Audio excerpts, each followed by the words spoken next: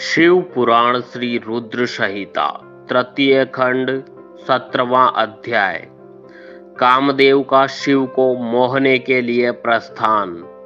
ब्रह्मा जी बोले, नारद, स्वर्ग में सब देवता मिलकर सलाह करने लगे कि किस प्रकार से भगवान रुद्र काम से सम्मोहित हो सकते हैं। शिव जी किस प्रकार पार्वती जी का पाणी ग्रहण करेंगे। यह सब सोचकर देवराज इंद्र ने कामदेव को याद किया। कामदेव तुरंत ही वहां पहुंच गए। तब इंद्र ने कामदेव से कहा, हे मित्र, मुझ पर बहुत बड़ा दुख आ गया है। उस दुख का निवारण सिर्फ तुम ही कर सकते हो। हे काम, जिस प्रकार वीर की परीक्षा रणभूमि में, स्त्रियों के कुल की परीक्षा पति के असमर्थ हो जाने पर होती है, उसी प्रकार सच्चे मित्र की परीक्षा विपत्ति काल में ही होती है। इस समय मैं भी बहुत बड़ी मुसीबत में फंसा हुआ हूँ और इस विपत्ति से आप ही मुझे बचा सकते हैं। यह कार्य देवहित के लिए है, इसमें कोई संशय नहीं है।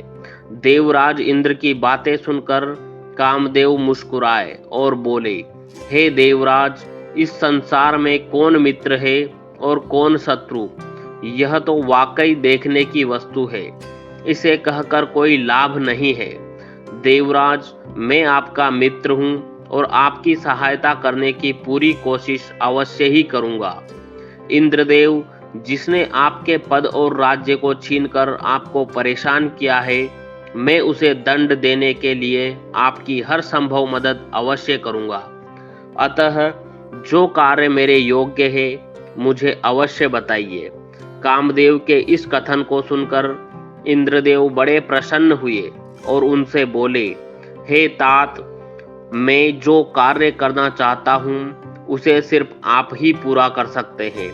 आपके अतिरिक्त कोई भी उस कार्य को करने के विषय में सोच भी नहीं सकता। तारक नाम का एक प्रसिद्ध दैत्य है।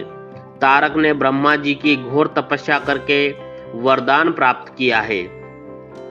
तारक अजय हो गया है। अब वह पूर्णतः निश्चिंत होकर पूरे संसार को कष्ट दे रहा है। वह धर्म का नाश करने को आतुर है। उसने सभी देवी देवताओं और ऋषि मुनियों को दुखी कर रखा है। हम देवताओं ने उससे युद्ध किया, परंतु उस पर अस्त्र शस्त्रों का कोई प्रभाव नहीं पड़ा।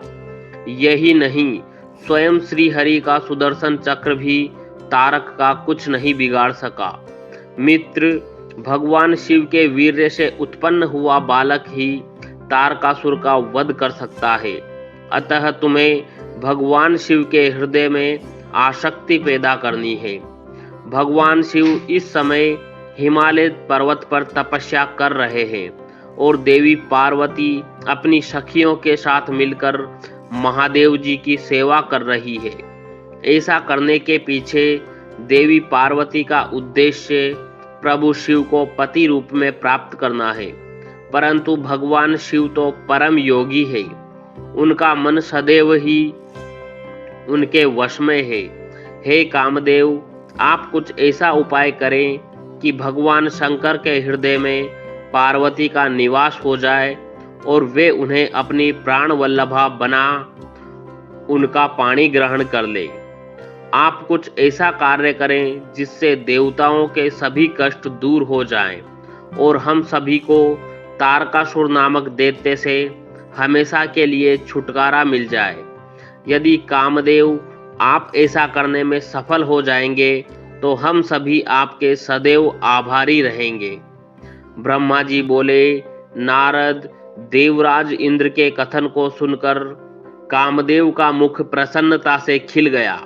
तब कामदेव देवराज से कहने लगे कि मैं इस कार्य को अवश्य करूंगा। इंद्रदेव को कार्य करने का आश्वासन देकर कामदेव अपनी पत्नी रति और वसंत को अपने साथ लेकर हिमालय पर्वत पर चल दिए, जहां शिव जी तपस्या कर रहे थे। यह अध्याय यहीं समाप्त होता है। अगला अध्याय सुनने के लिए हमारे चैनल को सब्सक्राइब करना ना भूलें। धन्यवाद। ओम नमः शिवाय।